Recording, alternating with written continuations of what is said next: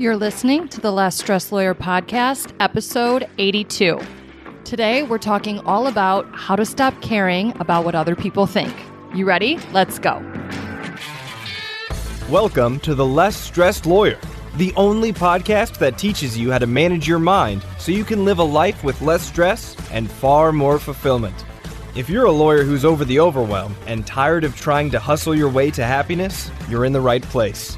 Now, here's your host, lawyer turned life coach, Olivia Vizacaro. Well, hello there. How are you? I hope you're as excited as I am to talk about how to stop caring about what other people think. This is one of the coaching concepts that I was introduced to pretty early on into my relationship with coaching, if that makes sense.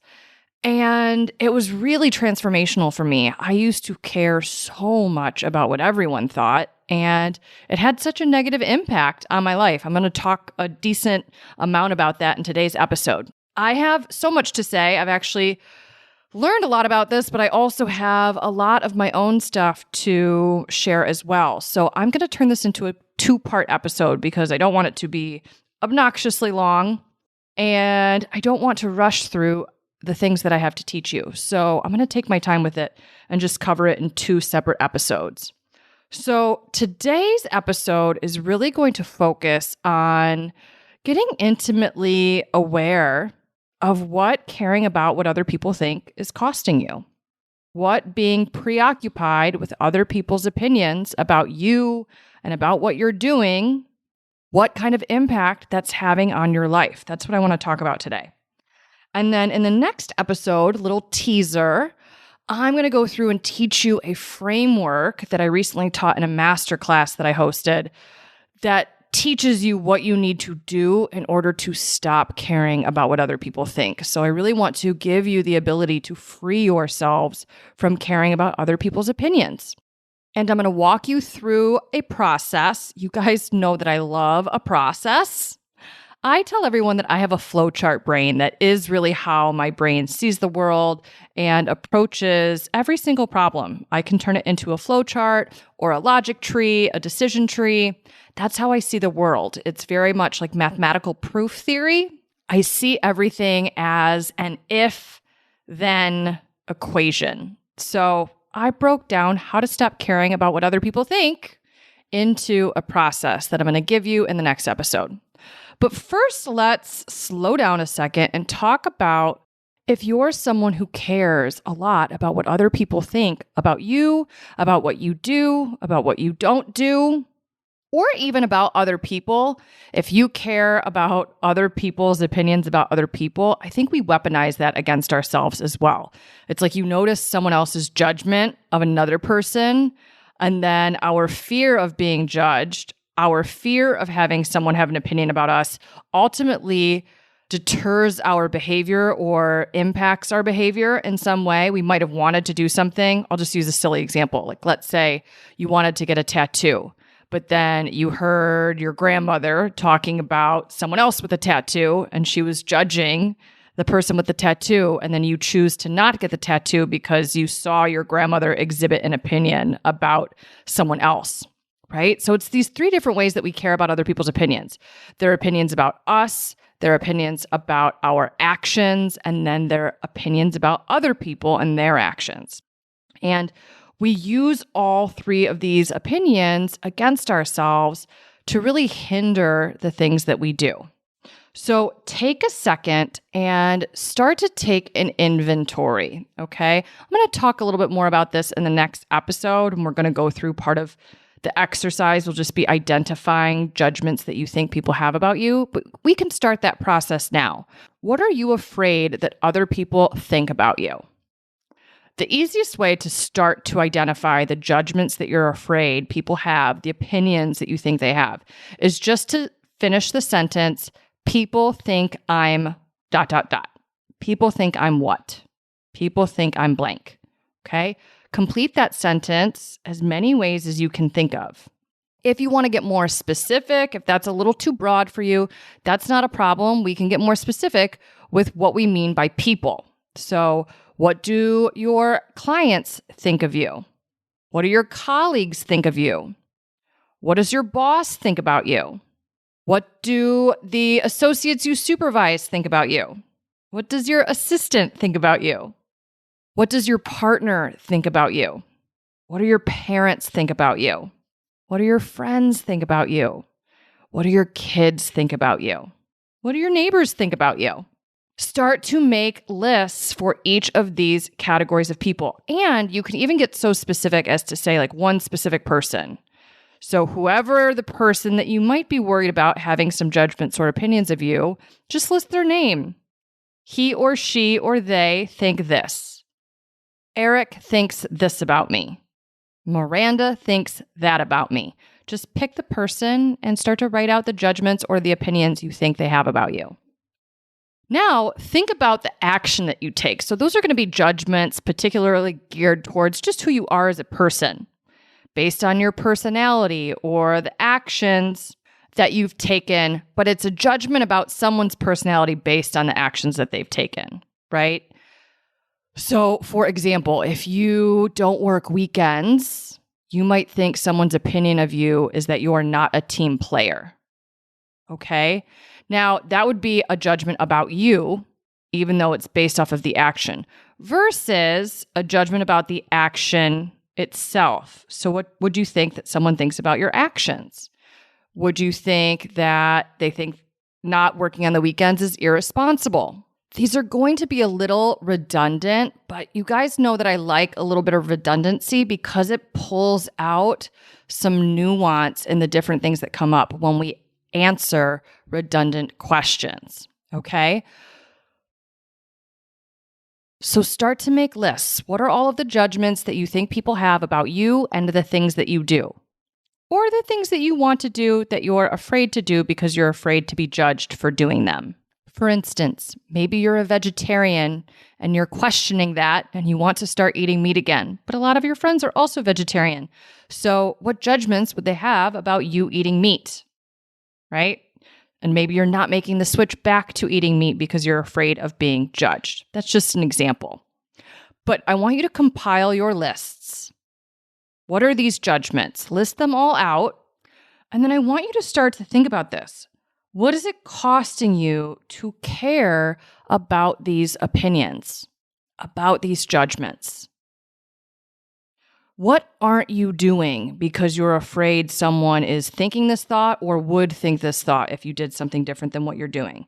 What aren't you pursuing in your life because you're afraid that someone else is going to judge you or have an opinion about what you would pursue or how you would pursue it? What parts of yourself are you hiding? Are you playing small in some way, or are you being more agreeable? Are you shrinking yourself and your personality to avoid someone else's opinion of you? What are you missing out on? And I really love this question. A friend of mine reached out to me recently, and he made this point about how you're really always just choosing your regret. Which regret will you have? The regret of doing something or the regret of not doing it? So the last question I have for you, when we're thinking about what is it costing us to care about other people's opinions, is what regrets are you accumulating by caring about what other people think and how you're altering the things that you do and the things that you don't do in response or even in anticipation of someone else's judgment? You can pause this episode and take a minute or two to really think about this. What is it costing you to be preoccupied with what people think of you? It almost makes me start to get emotional when I really think about how limiting it is to care about what other people think, how we limit our experiences, how we don't live authentically, how we don't pursue the lives that we would prefer to be living because we're afraid of someone else's opinion of us.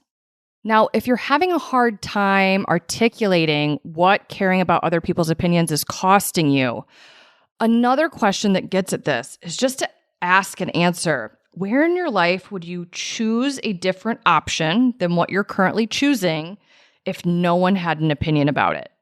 It's like, oh, if no one had opinion, I definitely wouldn't go home for Christmas. If no one had an opinion, I'd never work weekends. If no one had an opinion, I would never show up to work before 10 a.m. If no one had an opinion, I would only check my email once a day. Think about it. How would you be showing up differently if you didn't care about what another person thinks? If no one had an opinion about what it is that you do or don't do? I wanted to talk about some of the ways that this has shown up in my life. And once I learned, we're going to talk about this in the next episode.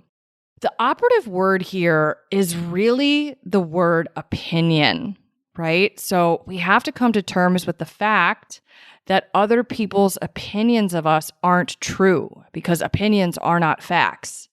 Opinions are just that, opinions, just thoughts someone else thinks about us. And they get to have their own judgments or their own subjective stance on something, but that doesn't mean their stance is true. Facts are true. Stances, opinions, are just subjective beliefs, okay? They're thoughts, and you've heard me talk at length about the difference between circumstances and thoughts, okay? So another person's opinion is just their thought. It's not true. It's not a fact about us. And once I learned that other people's opinions about us weren't true, and also that we can't control what another person thinks about us, again, that's a very in-depth topic, so I'm going to go into detail about that in the next episode. But I learned these two things, that opinions about us aren't true and that we don't control another person's opinion about us.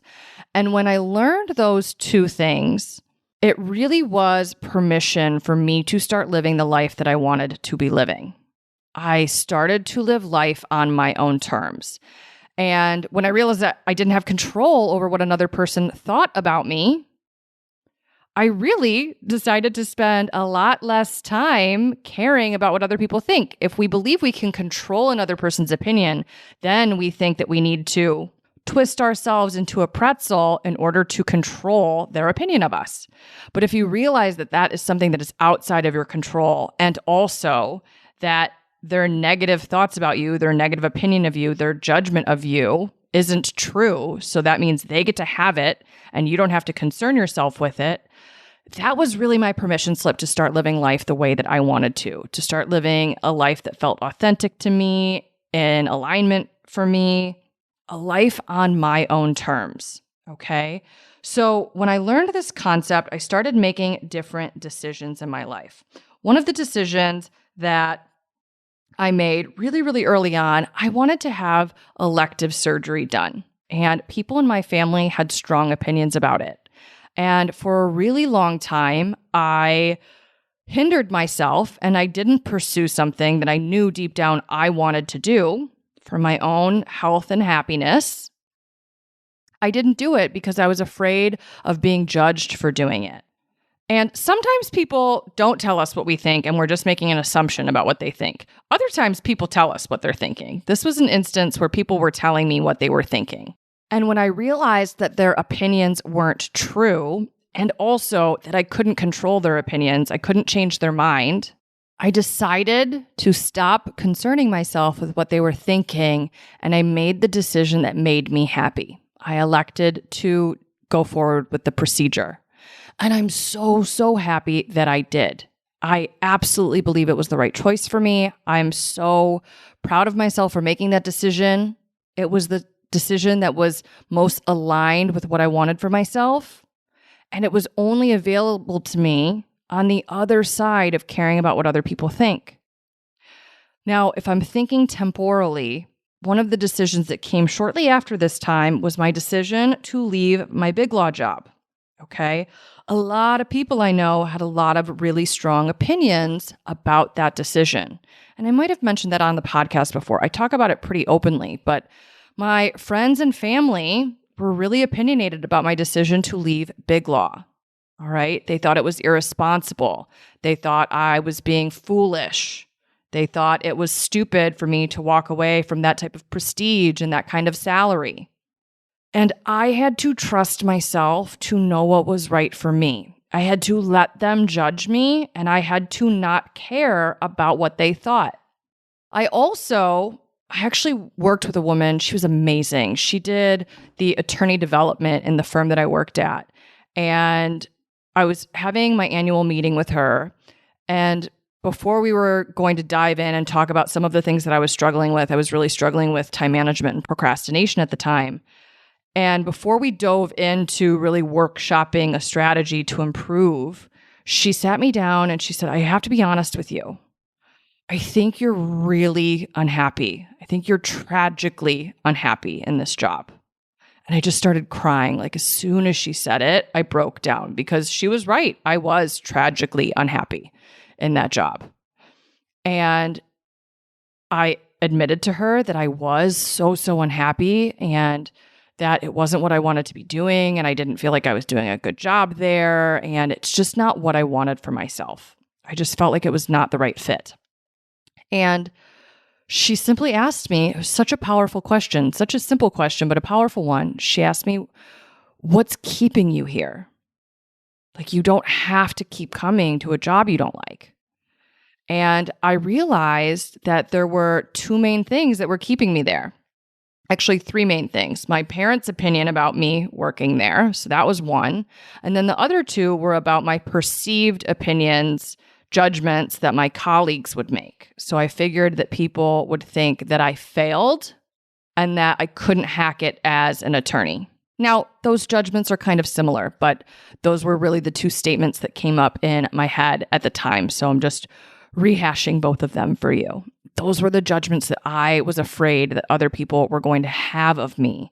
And I kept choosing to stay in a job that I didn't enjoy because I was trying to prevent someone from having that opinion about me. Okay. Now, that is not a great reason to stay in a job because you're afraid about what other people will think if you leave it. Great reasons to stay in a job are that you love it, you feel fulfilled by doing the type of work that you're doing, you have fun, you find it stimulating and rewarding, you enjoy the people that you work with. That wasn't me. Okay. I was just trying to avoid other people's judgment by continuing to stay in a job that I didn't like. And when I recognized that those were my reasons, I realized that I didn't want to keep making that decision for those reasons. I wanted to choose differently. And I wanted to let people have whatever judgments they were going to have. My parents had judgments.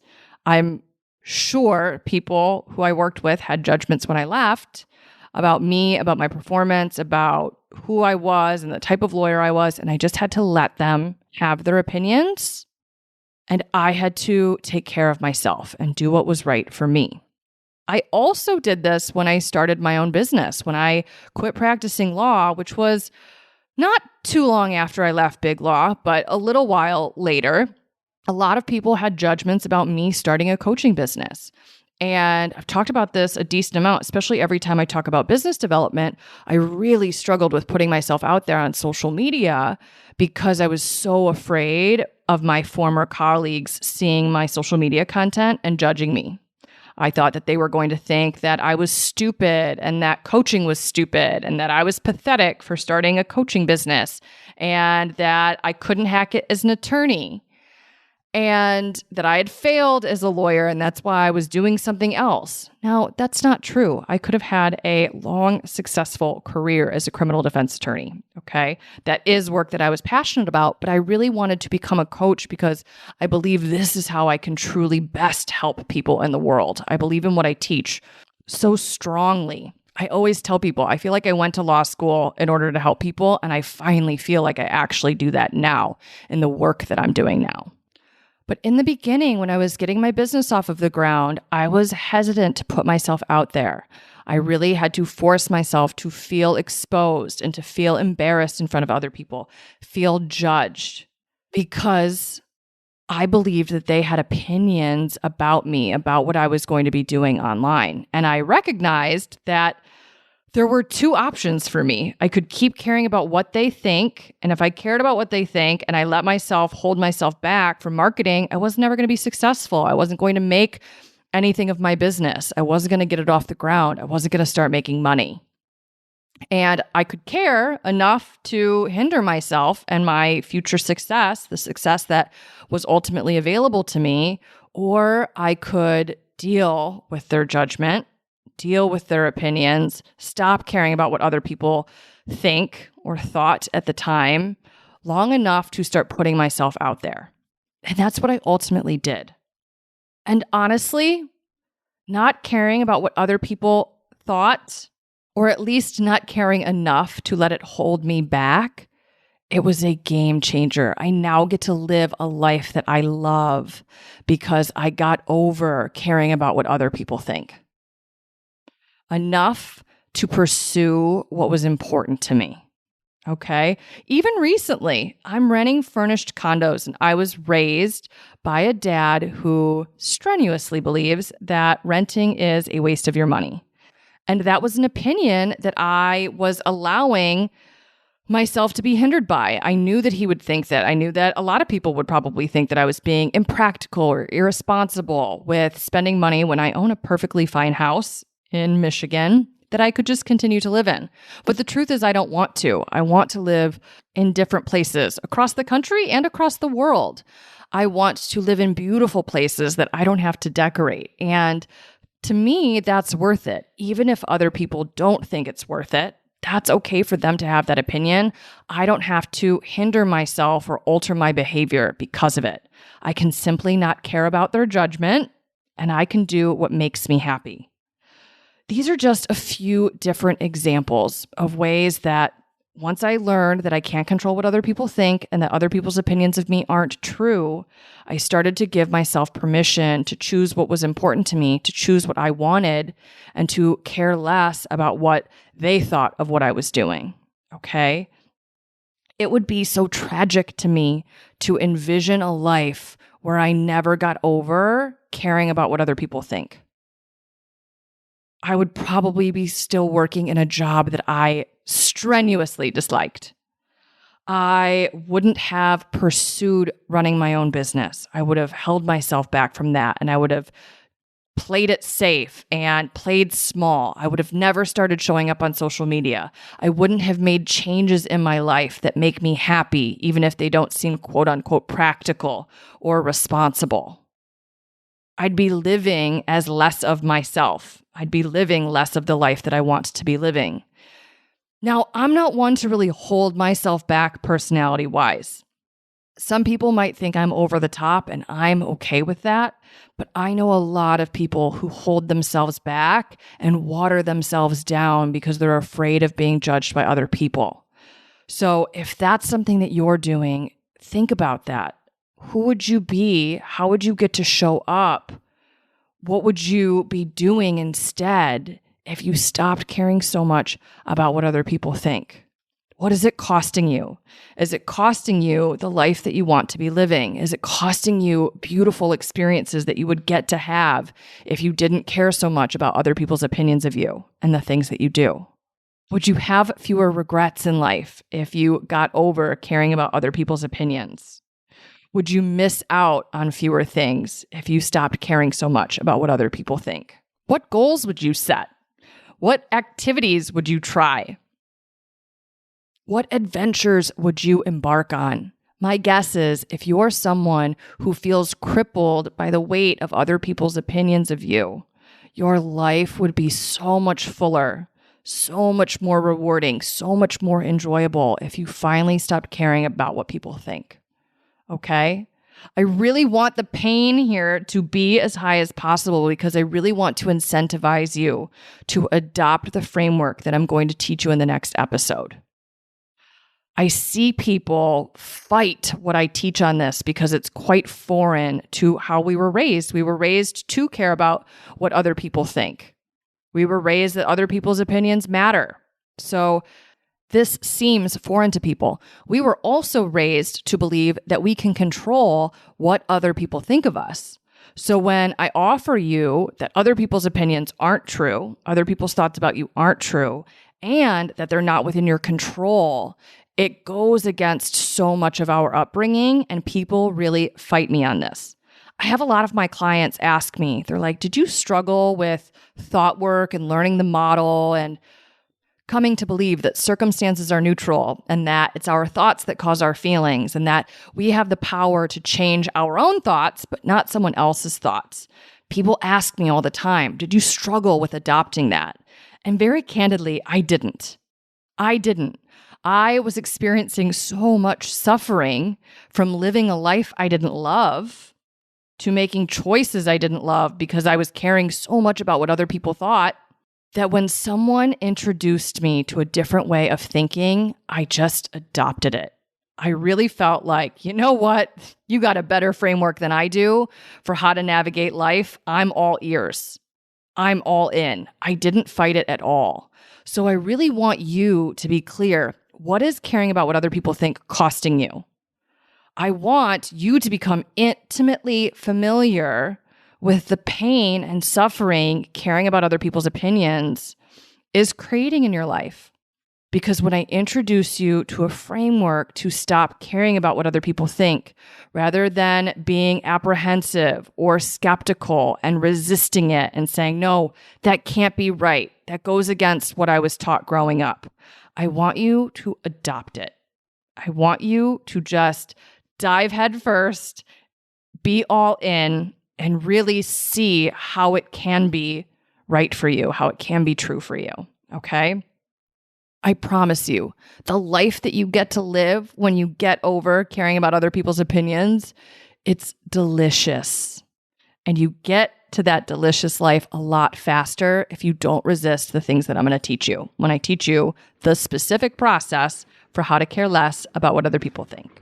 All right, I will give that to you in the next episode. In the meantime, I hope you have a beautiful week, and I'll talk to you in the next episode. Thanks for listening to the Less Stressed Lawyer podcast. If you want more info about Olivia Bizacaro or the show's notes and resources from today's episode, visit thelessstressedlawyer.com.